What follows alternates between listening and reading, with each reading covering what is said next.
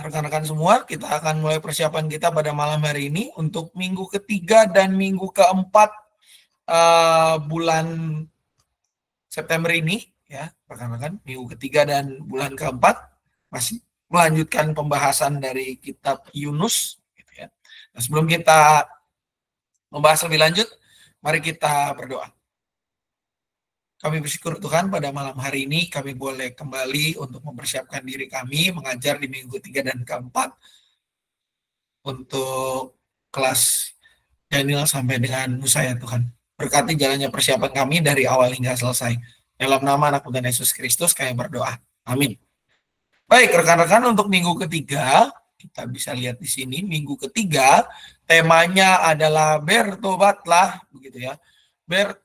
Bertobat, putar balik, gitu ya. Bertobat itu sama dengan putar balik. Bacaan diambil dari Yunus 3 ayat 1 sampai dengan 10. 10 ayat, saya pikir 1 orang kuat lah ya. Ini scan-nya memang sampai ayat 12 Mas David bikinnya, jadi keterusan. Tapi yang kita baca adalah Yunus 3 ayat 1 sampai dengan 10. Nah, 1 orang rasanya cukup untuk membacakan bagian ini karena cuma 10 ayat, nggak terlalu banyak gitu ya. Silakan, barangkali rekan-rekan ada yang dengan rela hati dan tanpa paksaan mau membacakan bagian ini, Yunus 3 ayat 1 sampai dengan 10. Dan 1 orang? Saya boleh, Pak. Oke, silakan. Yunus 3 ayat 1 sampai 10. Niniwe bertobat dan diampuni. Salah. Datanglah firman Tuhan kepada Yunus untuk kedua kalinya. Pergilah segera ke Niniwe, kota yang besar itu, dan serukanlah kepadanya pesan yang kufirmankan kepadamu. Yunus pun segera pergi ke Niniwe sesuai dengan firman Tuhan. Niniwe adalah sebuah kota yang mengagumkan besarnya 3 hari perjalanan luasnya. Yunus mulai masuk ke dalam kota dan berjalan sepanjang hari. Ia berseru, 40 hari lagi Niniwe akan dijungkir balikan. Lalu orang Niniwe percaya kepada Allah. Mereka mengumumkan puasa dan semuanya, baik orang dewasa maupun anak-anak, mengenakan kain kabung. Setelah kabar itu sampai kepada raja kota Niniwe, turunlah ia dari singgasananya. Ia menanggalkan jubahnya, menyelubungi dirinya dengan kain kabung, lalu duduk di abu. Atas perintah raja dan para pembesarnya disuruhkanlah di Niniwe maklumat ini. Manusia dan ternak, lembu dan kambing domba tidak boleh makan apa-apa, tidak boleh makan rumput atau minum air. Semuanya manusia dan ternak harus berselubungkan kain kabung dan berseru sekuat-kuatnya kepada Allah. Masing-masing harus berbalik dari tingkah lakunya yang jahat dan dari kekerasan yang dilakukannya. Siapa tahu Allah akan berbalik dan menyesal serta berpaling dari murkanya yang bernyala-nyala sehingga kita tidak binasa. Ayat 10.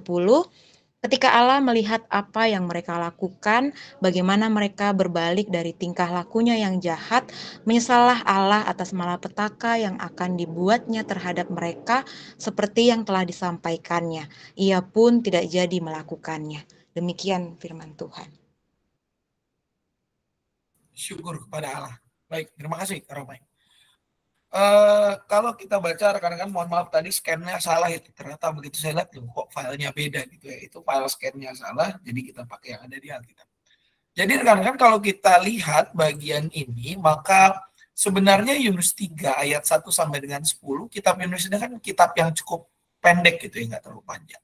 Ini adalah pemaparan tentang kelanjutan daripada minggu ini yang kita ajarin nanti gitu ya, tentang bagaimana Yunus dikeluarkan dari perut ikan, dia berjalan akhirnya ke Niniwe, dia berjalan dan dia kasih tahu lah gitu ya, dia melakukan tugasnya, dia pergi ke kota itu. Dan kalau boleh dibilang kita lihat di ayat Alkitab kita dengan jelas dikatakan Niniwe adalah sebuah kota yang mengagumkan besarnya, 3 hari perjalanan luasnya ya, jadi ini kota yang lumayan juga nih kalau dikelilingin, ya.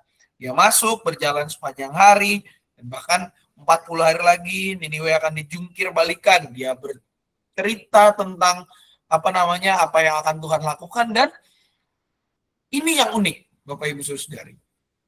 Kalau orang dikasih nubuatan yang kayak gitu, biasanya orang akan kayak ada resistensi dulu ya, ada kayak penolakan dulu.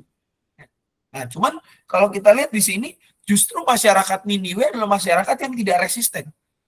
Dia tidak menolak. Mereka tidak menolak panggilan pertobatan itu. Justru kalau kita lihat Bapak Ibu Saudari, di bacaan Alkitab kita, masyarakat Niniwe justru mereka mengumumkan puasa. Percaya kepada Allah. Tidak ada penolakan, tidak ada resistensi. Berbeda dengan Yunus yang lebih dulu resisten terhadap tugas Tuhan. Dia menolak penugasan itu. Orang-orang Niniwe justru mereka menerima kabar itu. Sampai kepada raja kota, bahkan dia menyelubungi dirinya dengan kain kabung. Ya. Semua disuruh puasa. Tidak hanya orang, tapi juga apa? Kalau kita baca di ayat 7 di sini, manusia dan ternak, lembu dan kambing domba, tidak boleh makan apa-apa, tidak boleh makan rumput atau minum air, semuanya berselubungkan kain kabung dan berseru sekuat-kuatnya kepada Allah. Jadi, rekan-rekan, kalau kita lihat, yang di puasa, ini nggak cuma manusia aja, tapi semua ciptaan Tuhan yang ada di situ. Termasuk salah satunya adalah ternak. Dan ini yang menjadi poin yang membuat Allah, kalau kita lihat di ayat 10, melihat apa yang mereka lakukan, berbalik dari tingkah lakunya yang jahat, dan membuat Allah menyesal. Nah, ini yang akan kita ajarkan kepada anak-anak di minggu ketiga bulan September. Bahwa yang namanya pertobatan itu tidak hanya sekedar mengaku kesalahan dan ya sudah, lanjut lagi. Tapi yang namanya bertobat itu benar-benar berbalik dari jalan yang salah. Seperti orang-orang Niniwe yang meninggalkan perilaku jahat mereka. Mereka juga anak-anak kita dituntut dan bahkan dipanggil untuk menjadi orang-orang yang hidup dalam pertobatan. Tidak lagi menjalankan hidup di dalam kesalahan, tetapi berani mengakui dosa-dosa dan berbalik tidak melakukan dosa-dosa yang diakui tadi. Karena apa? Karena orang yang mau mengakui dosa dan mau hidup dalam pertobatan, itulah adalah orang-orang yang dikasihi oleh Tuhan. Nah, ini yang semakin ditegaskan di dalam bacaan Alkitab kita yang menjadi ayat hafalan, rekan-rekan, yaitu dari Mazmur 103 ayat 8, ayat 103 ayat 13, ya, untuk semua kelas gitu ya. Seperti Bapa sayang kepada anak-anaknya, demikian Tuhan sayang pada orang yang takut akan Dia. Nah, ini nanti tolong versinya disesuaikan dengan TB2. Untuk hafalan semua kelas, Mazmur 103 ya, Mazmur 103 ayat 13 itu ayat hafalan untuk semua kelas ya, dan lagu-lagu pendukungnya bisa rekan-rekan lihat di dalam bagian ini. Gitu ya.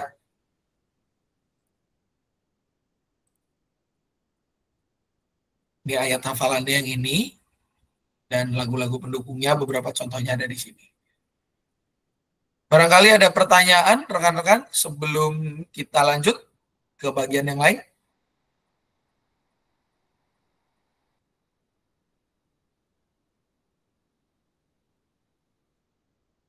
Oke, kalau tidak ada pertanyaan, jadi diingat ayat hafalannya sekali lagi Mazmur 103 ayat 13 untuk semua kelas, Mazmur 103 ayat 13 dan beberapa lagu pendukung yang disarankan seperti ini.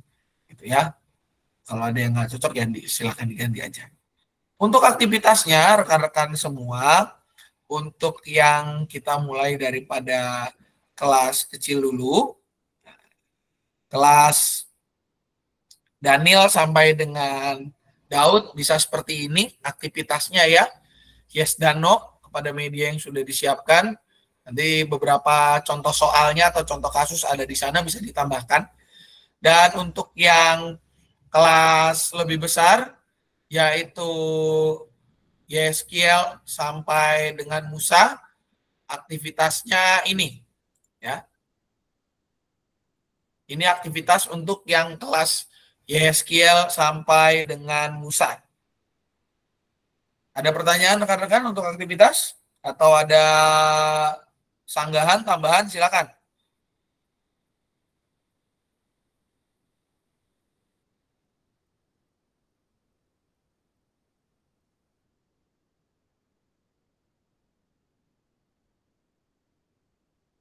Aman semua? Tidak, Pak. Oke, siap, Bu. Jadi diingat lagi ya rekan-rekan, kalau sudah aman, aktivitas untuk kelas Yeskiel sampai dengan Musa itu yang ini, ya. Yeskiel sampai dengan Musa. Nah, untuk yang kelas Daniel sampai Daud itu aktivitasnya yang ini. Ya, spesimennya biasanya ada di Google Drive kita. Oke, contoh kasusnya nanti yang kelas Daniel sampai dengan Daud bisa ditambahkan.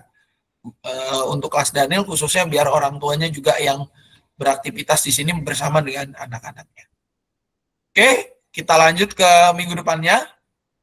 Di mana minggu depannya itu dengan tema kasih Tuhan lebih dari semua. Bacaan dari Yunus 4 ayat 1 sampai dengan 11. Satu orang lagi lah, cukup lah ya. Ini ceritanya juga seru nih. Yunus 4 ayat 1 sampai dengan 11. Adakah satu orang sukarelawan atau sukarelawati yang dengan rela hati dan tanpa paksaan untuk membacakan? Silakan.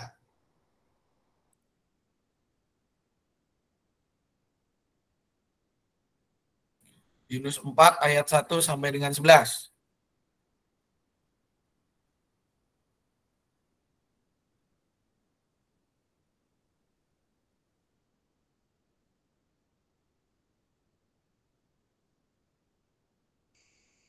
Siapa? Silakan Bu Sam. Ya. Yunus 4 ayat 1 sampai dengan 11. Belas kasih Tuhan melampaui kepicikan Yunus. Tetapi hal itu membuat Yunus sangat gusar dan marah. Lalu ia berdoa kepada Tuhan. Ya Tuhan, bukankah hal ini telah kukatakan ketika aku masih di negeriku? Itulah sebabnya aku dahulu melarikan diri ke Tarsis, sebab aku tahu bahwa Engkaulah Allah yang mengasihi dan penyayang, panjang sabar dan berlimpah kasih, setia serta yang menyesal atas malapetaka yang hendak didatangkannya. Sekarang ya Tuhan, ambillah kiranya nyawaku, karena lebih baik aku mati daripada hidup. Tetapi firman Tuhan, patutkah engkau marah? Yunus keluar dari kota itu, lalu duduk di sebelah timurnya. Di sini ia mendirikan sebuah pondok dan duduk di bawah naungannya, melihat apa yang akan terjadi atas kota itu. Atas penentuan Tuhan, Allah tumbuhlah sebatang pohon jarak melampaui kepala Yunus untuk menaunginya, agar ia lepas dari kegusaran hatinya. Yunus sangat bersukacita karena pohon jarak itu. Tetapi keesokan harinya ketika fajar menyingsing, atas penentuan Allah datanglah seekor ulat yang menggerogoti pohon jarak itu, sehingga layu. Ketika matahari terbit atas penentuan Allah, bertiuplah angin timur yang panas, dan sinar matahari menyengat kepala Yunus, sehingga ia rebah tak berdaya. Lalu ia minta mati, katanya, lebih baik aku mati daripada hidup. Firman Allah kepada Yunus, patutkah engkau marah karena pohon jarak itu? Jawabnya, selayaknya lah aku marah sampai mati. Lalu Allah berfirman, engkau mengasihi pohon jarak itu, padahal engkau tidak berjerih payah atau menumbuhkannya. Ia tumbuh dalam satu malam dan binasa dalam satu malam pula. Bagaimana mungkin aku tidak mengasihi Niniwe, kota yang besar itu yang berpenduduk lebih dari 120.000 orang, yang tidak tahu membedakan tangan kanan dari tangan kiri, beserta ternaknya yang banyak. Sampai sedemikian pembacaan firman Tuhan. Terima kasih Bu Sabuni. Ya. Baik, rekan-rekan, ini menjadi chapter terakhir atau bab terakhir dalam kitab Yunus, ya, kitab yang akan diperbincangkan pada hari Rabu yang akan datang, gitu ya, di Bincang Sersan. Karena kan kemarin Amos lalu Obadja. Nah, sekarang di edisi Rabu besok kita akan bicara tentang kitab Yunus. Nah, Yunus 4 ini menjadi apa ya, boleh dibilang Yunus 4 itu kalau di buku-buku adalah epilog kisah tentang Yunus. Nah, dalam bagian ini rekan-rekan, ketika Yunus melihat Allah mengampuni kota Niniwe yang berpenduduk besar itu, ya, lebih dari 120.000 orang, ini Yunus menjadi jealous, kesel dia. Ya, jadi dihukum, agak seru nih. Ya. Yunus menjadi kesal ketika melihat Niniwe diampuni. Makanya di sini dia mengaku kepada Tuhan. Apa yang menjadi motivasi Yunus itu lari ke Tarsis. Bukankah hal ini telah kukatakan ketika aku masih di negeriku, ketika di Israel? Itulah sebabnya aku dahulu melarikan diri ke Tarsis, sebab aku tahu bahwa engkaulah Allah yang pengasih dan penyayang, panjang sabar dan berlimpah kasih setia, yang menyesal atas malapetaka yang hendak didatangkannya. Ini kayak di Mazmur nih ya. Nah, di bagian ini, rekan-rekan semua, Yunus itu kesel karena dia melihat Niniwe diampuni. Yunus marah karena dugaannya itu terjadi. Dan menurut Yunus, orang-orang Niniwe itu nggak layak menerima belas kasihan. Tetapi Bapak Ibu Saudari, kalau kita lihat, Tuhan memberikan pelajaran yang baik bagi Yunus. Di situ ketika Yunus kesel, dia pergi setelah dipertanyakan, patutkah engkau marah? Yunus keluar dari kota, duduk di sebelah timur, dan mendirikan pondok. Tiba-tiba ada pohon jarak yang nongol gitu ya. Kayak di depan rumah lah gitu ya, ada pohon jarak yang nongol. Yang nanam pohon itu bukan Yunus. Contohnya pohon itu nongol. Tetapi ketika pohon itu mati, yang kesel siapa? Yunus. Nah, melalui bagian ini, Bapak Ibu Saudari, Tuhan itu mau mengajarkan satu hal kepada Yunus. Kamu itu sama sekali tidak layak kesel. Karena apa? Walaupun menurutmu ini bukan bagian dari umat Israel, bukan bagian dari umat Allah, tapi siapa yang menciptakan mereka? Yang menciptakan mereka adalah Allah. Yang menciptakan bangsa Niniwe adalah Tuhan. Karena kalau kita bilang yang menciptakan Niniwe bukan Tuhan, berarti ada Tuhan yang lain. Yang menciptakan Niniwe, bangsa Niniwe, ya Tuhan juga. Sehingga di sini dengan jelas Tuhan memberikan pelajaran kepada Yunus. Kamu pantas emang kesel. Yang kamu aja, bukan kamu kok yang nyiptain, bukan kamu yang bikin ini itu. Ngapain kamu yang jadi kesel? Istilahnya seperti itu. Namun Yunus meresponnya apa? Selayaknya lah aku marah sampai mati. Ibarat kata Yunus itu ada dendam tersendiri dengan orang Niniwe. Penyebabnya memang kita tidak bisa menemukan dengan jelas. Tapi yang pasti menurut Yunus, Niniwe itu bangsa yang dalam tanda kutip najis. Karena di ayat 11 Tuhan bahkan mengatakan tidak tahu membedakan tangan kiri dari tangan kanan dari tangan kiri. Ini kalau ditafsirkan secara alegoris, Bapak Ibu Saudari, artinya adalah bahwa bangsa Niniwe walaupun besar, tetapi mereka itu nggak tahu membedakan mana yang baik dan yang tidak baik. Tangan kanan itu kan selalu dilambangkan sebagai sesuatu yang baik. Tangan kiri dilambangkan sebagai sesuatu yang kurang baik. Nah, ini menandakan apa? Bangsa Niniwe orangnya banyak, tetapi apa? Mereka tidak tahu mana yang baik, mana yang tidak baik. Ternaknya banyak. Di sini Tuhan bilang, kalau kamu aja kasihan dan mengasihi betul pohon yang sebenarnya saya yang bikin, kalau kata Tuhan gitu ya, saya yang tumbuhkan pohon yang tumbuh sehari dan mati besoknya, apa enggak saya menyayangi Niniwe yang juga adalah ciptaan saya? Apa yang mau kita ajarkan melalui bagian ini rekan-rekan? Dengan jelas, melalui kisah ini kita mau mengajak anak-anak melihat bahwa Tuhan itu mengasihi semua orang. Tidak peduli dia pendek, tinggi, sehat, sakit, waras atau tidak waras, bahasanya gitu ya. Normal, tidak normal dalam tanda kutip semua rekan-rekan. Tapi semua itu dikasihi oleh Tuhan. Kasih Tuhan itu jauh lebih besar daripada segala sesuatunya. Melampaui pemikiran kita tentang layak dan tidak layak.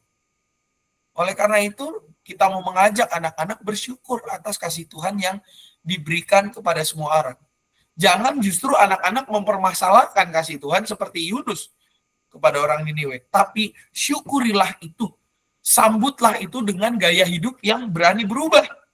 Seperti orang Niniwe tadi yang mau mengenal Allah, mau bertobat kepada Tuhan, berbalik kembali kepada Tuhan. Karena apa? Karena kasih Tuhan itu lebih dari semua. Lebih dalam dari lautan, lebih luas dari samudera. Nah, ini yang kemudian menjadi ayat hafalan kita untuk semua kelas, di mana semua kelas nanti ayat hafalannya diambil dari Efesus, gitu ya. Efesus 6 ayat 24a. Efesus 6 ayat 24a itu yang menjadi ayat hafalan kita untuk semua kelas. Efesus 6 ayat 24. Bukan A, secara full. Ya. Jangan A, nanggung, ini pemotongannya jelek juga sih sebenarnya. Full aja gitu ya. Anugerah menyertai semua orang yang mengasihi Tuhan kita Yesus Kristus dengan kasih yang tidak binasa. Efesus 6 ayat 24 itu full menjadi ayat hafalan kita di minggu keempat. Untuk bahan ayat Alkitab dan juga lagu-lagu, barangkali ada yang mau ditanyakan atau ditambahkan rekan-rekan, silakan.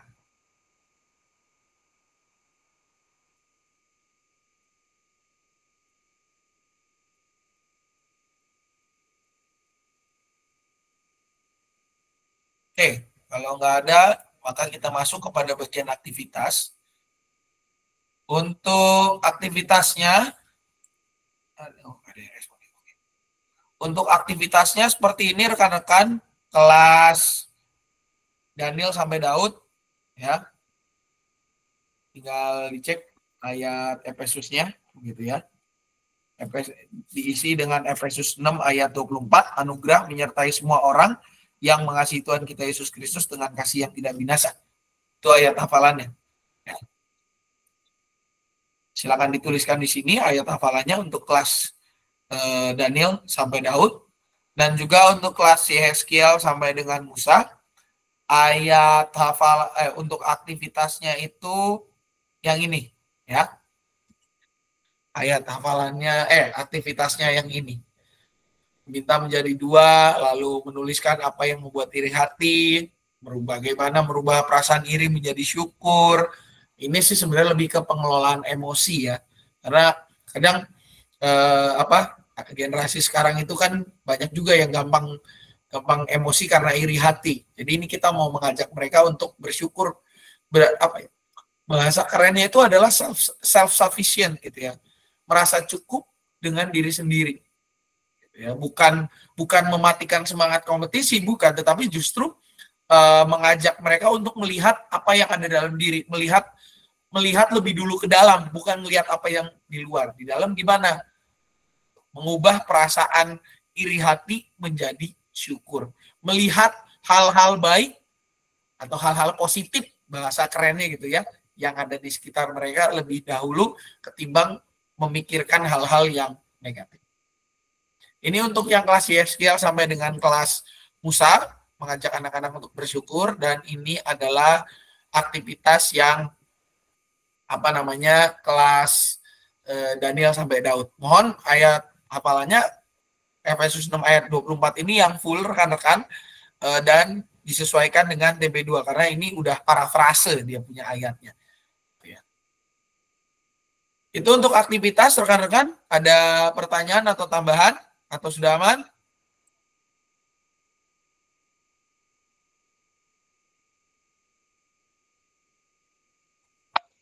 Aman, Pak. Ya, makasih Bu. Baik, rekan-rekan, kalau sudah aman, maka ini persiapan kita. Untuk persiapan berikutnya, materi bulan berarti habis September tuh Oktober, ya, materi bulan Oktober kita akan persiapkan di tanggal 27 ya. persiapan GSM berikutnya akan dilaksanakan tanggal 27 jam 7 malam gitu ya, secara online seperti biasa di di kita punya link ini, nanti akan di-share linknya. Jamnya sama, jam 7 kita mulai. Ini saya happy hari ini keterlambatan kita itu hanya cuma 8 menit gitu ya, nggak terlalu jauh. Kalau bisa makin cepat gitu ya, makin tepat waktu akan menjadi sebuah kemajuan yang baik. Juga tanggal 27 nanti kita akan persiapan tanggal 27 jam 7 malam. Gitu ya, mohon diagendakan rekan-rekan, materinya adalah minggu pertama dan minggu kedua bulan Oktober untuk tanggal 5 dan tanggal 12. Diingatkan lagi rekan-rekan agar jangan lupa ikut kebaktian umum 1 sebelum bertugas. Draftnya juga jangan membuat yang membaca draft harus menunggu sampai dengan pergantian hari gitu ya. Kesian yang bacanya. Sekarang udah mulai bagus karena sebelum harinya tiba sudah mulai terkumpul banyak gitu ya, yang baca draftnya sudah makin happy.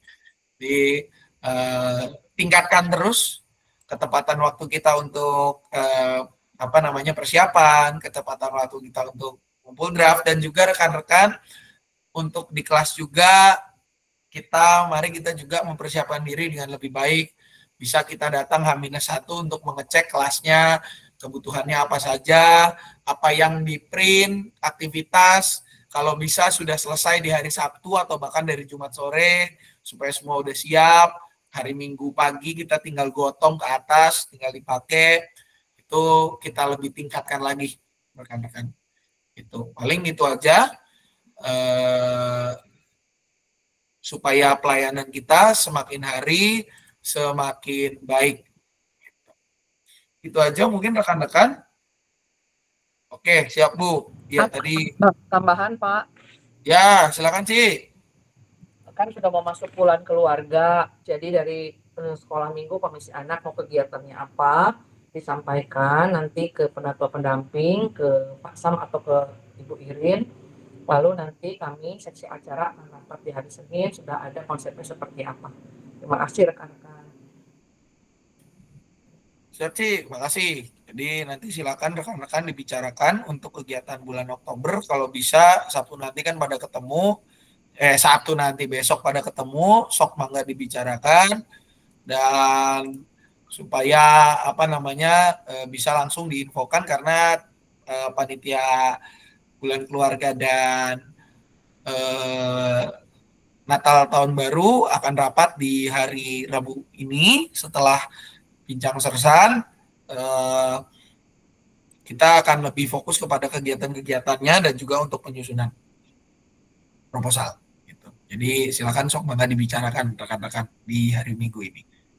Itu aja mungkin, kalau udah nggak ada lagi. Ya, silakan Bu Sam. Iya Pak, untuk yang Sarasehan yang masih punya bond ditunggu paling lambat besok ya, karena besok mau laporan untuk keuangan.